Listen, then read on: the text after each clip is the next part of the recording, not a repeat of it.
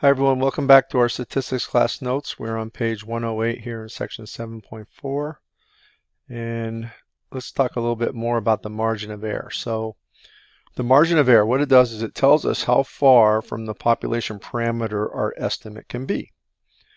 The margin of error is defined, the symbol we use for the margin of error is just a little m. So when you see little m, from now on we're talking about the margin of error. Now what it's equal to is z star times the standard error estimate, where z star is a number that tells how many standard errors to include in the margin of error. Okay, so now from the empirical rule, we know that z star is 1, and that corresponds with an approximate confidence level of 68%. So we don't ever go that low. We don't want to be only 68% confident about something. Z star is 2, which I didn't call it z star in the last example, but that's exactly what we did. We multiplied the standard error estimate by 2, right? So z star is 2, corresponds with an approximate confidence level of 95%. And z star equaling 3 corresponds with an approximate confidence level of 99.7%. Now that's the empirical rule.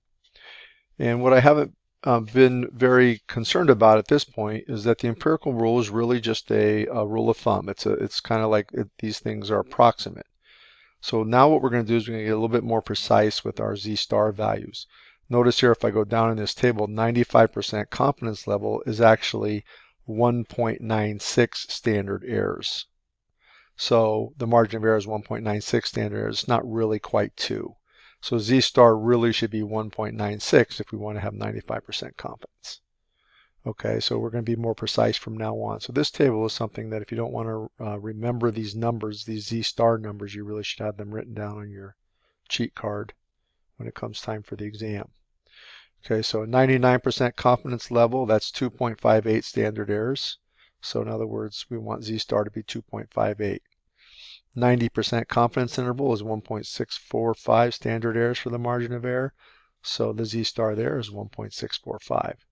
The 85% and the 80% are not really values that are used often, but I'll give them to you so in case you have any on your homeworks that you need that z star for. All right, now the confidence interval for a population proportion. So here I'm trying to break it down to what's the formula. A confidence interval for a population proportion has the following form.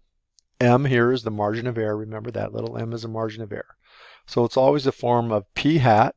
Remember our sample proportion plus or minus m, the margin of error.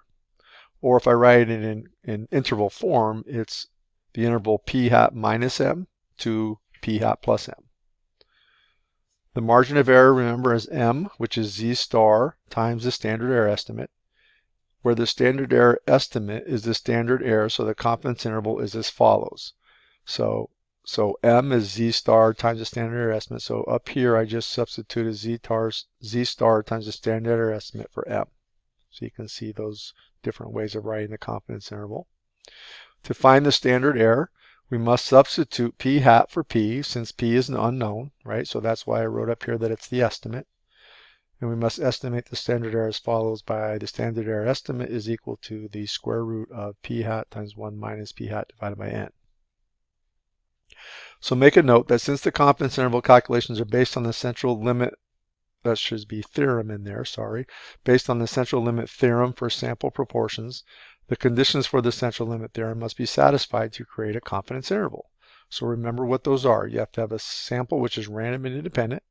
You have to have a large sample, which means that the sample size n has to be large enough so that the sample expects at least 10 successes and 10 failures. You have to have 10 on either side of the issue that we're talking about. So the successes would be n times p hat, which has to be greater than or equal to 10, and n times 1 minus p hat, which has to be greater than or equal to 10. And you have to have a big population, which means that if the sampling is done without replacement, the population must be at least 10 times larger than the sample size.